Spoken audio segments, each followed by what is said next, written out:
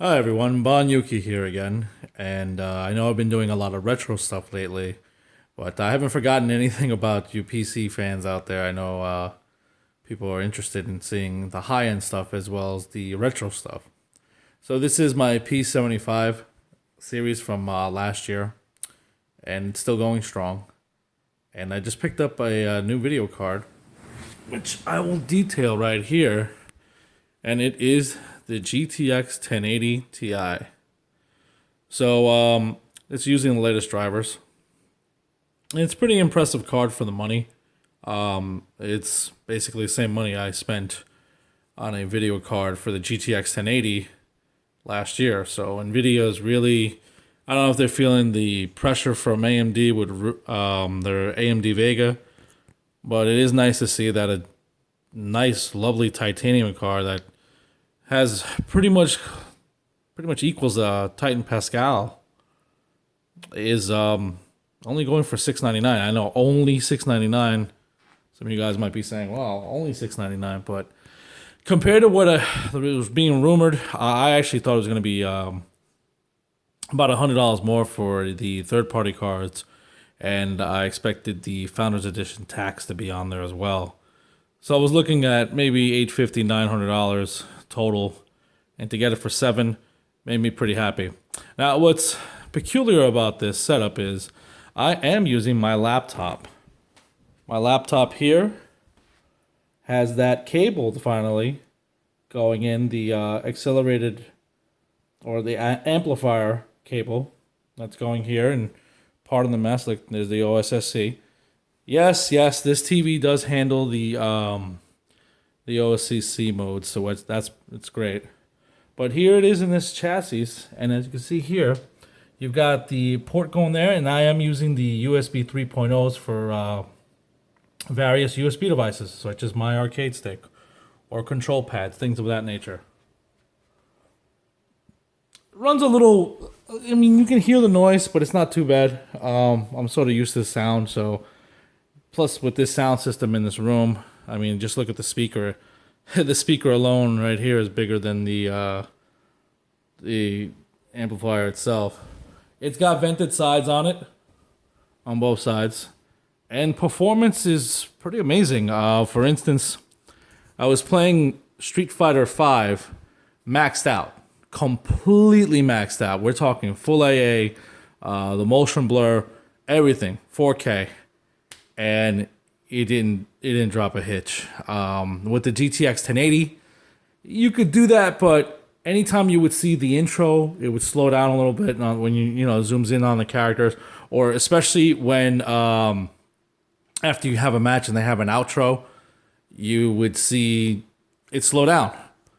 So that's just the GTX 1080, and I was wondering, I was like, well, let me see if the 1080 Ti can handle it, and sure enough, it handled it no problem.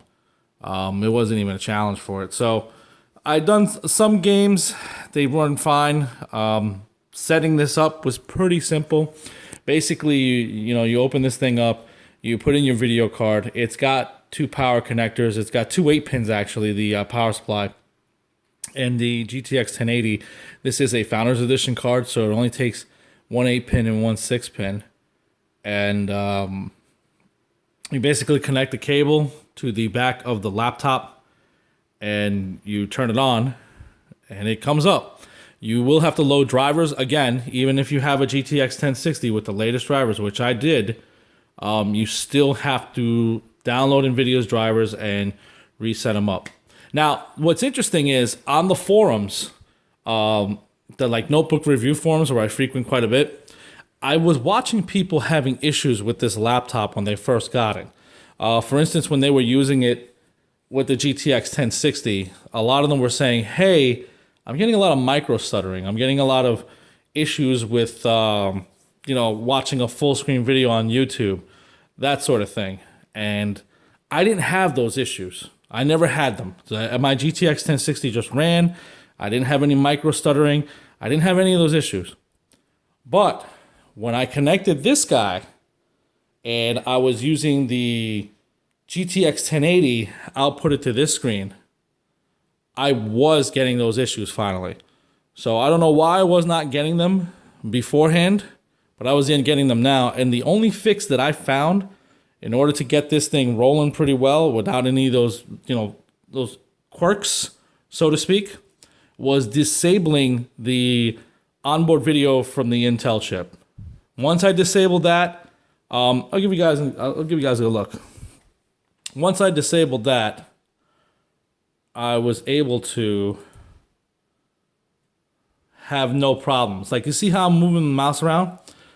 Before, if I didn't have the 530 disabled, it would choppy. Like, I'd do this, and it would like stop and then go, and then stop and then go. And it was like every, 5 seconds or so. And I guess that's an issue that Microsoft and NVIDIA have.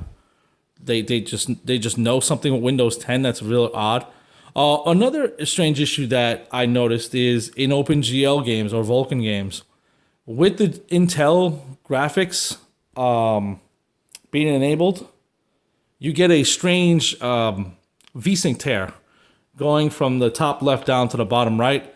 I noticed that when I have this just going through the 1080 Ti and there's nothing coming, the 530 is disabled, that does not occur. So I'm thinking there's something to do with Optimus. Maybe there's something going on with the way Windows handles things.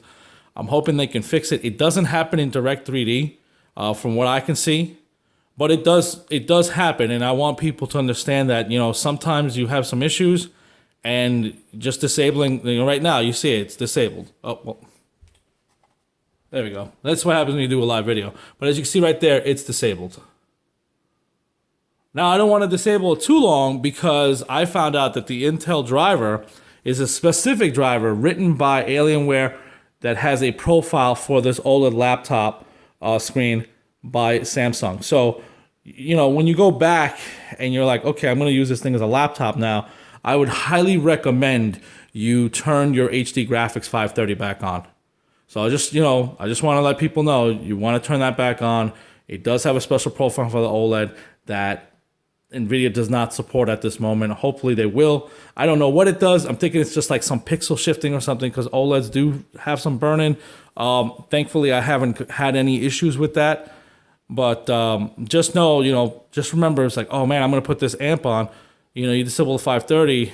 Once you go back into your laptop and you reboot it, the 530 will stay disabled and the GTX 1060 will take over as the main display driver, and it'll work. You won't even see the difference. You'll be like, oh, okay, everything's fine. But you will have to go back in Device Manager and re-enable it, and then, you're going to do a reboot on that as well. But it's a bit cumbersome in that sense, but it's not too bad if you're going to play a long gaming session. The reason I picked up a GTX 1080 Ti is for one game, Mass Effect Andromeda. Mass Effect Andromeda is coming out. It is supposed to be the first Dolby Vision game, which this panel supports Dolby Vision. And I'm really excited because Dolby Vision has dynamic metadata and it changes the abilities of your TV per frame. Now, HDR gives you that wide color gamut and it's great and everything, but I've seen movies in HDR versus the same exact movie via Dolby Vision on like Vudu, and you'll have a disc versus a streaming device, and the streaming device should lose hands down. The bitrate's not there. It's not even close. Dolby Vision wins hands down, at least on this television. It's almost laughable. I mean, HDR10 looks great.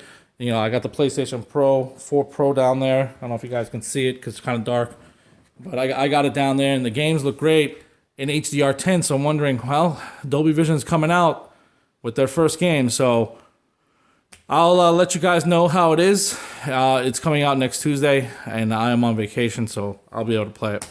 Anyway, this video's gone a lot longer than I anticipated, but I just want to let you guys know that the laptop, any talks about performance hit, any talks about whether or not this amplifier is adequate cooling, I've had no issues with it. I haven't really stress tested it too much. Maybe I can think of a game that I have, maybe like Tomb Raider or something, that'll really push it hard.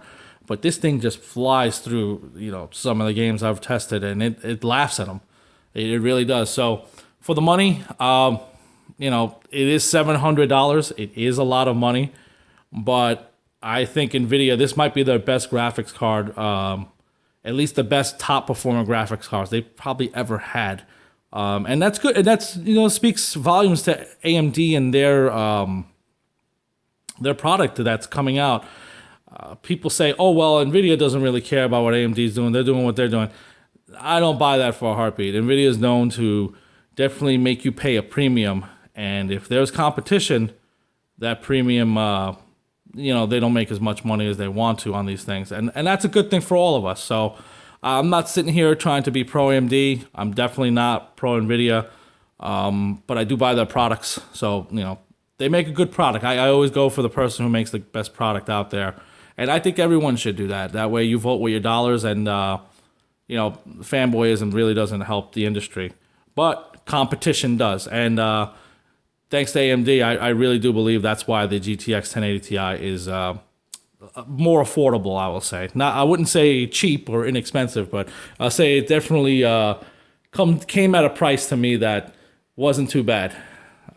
So anyway, well, Mass Effect Andromeda comes out soon. I might do a video on that depending on how good the Dolby Vision is. So far, people have had the early release, and they can't seem to find a Dolby Vision option. I hope that changes come Tuesday. But I'll let you guys know one way or the other. Anyway, thank you very much.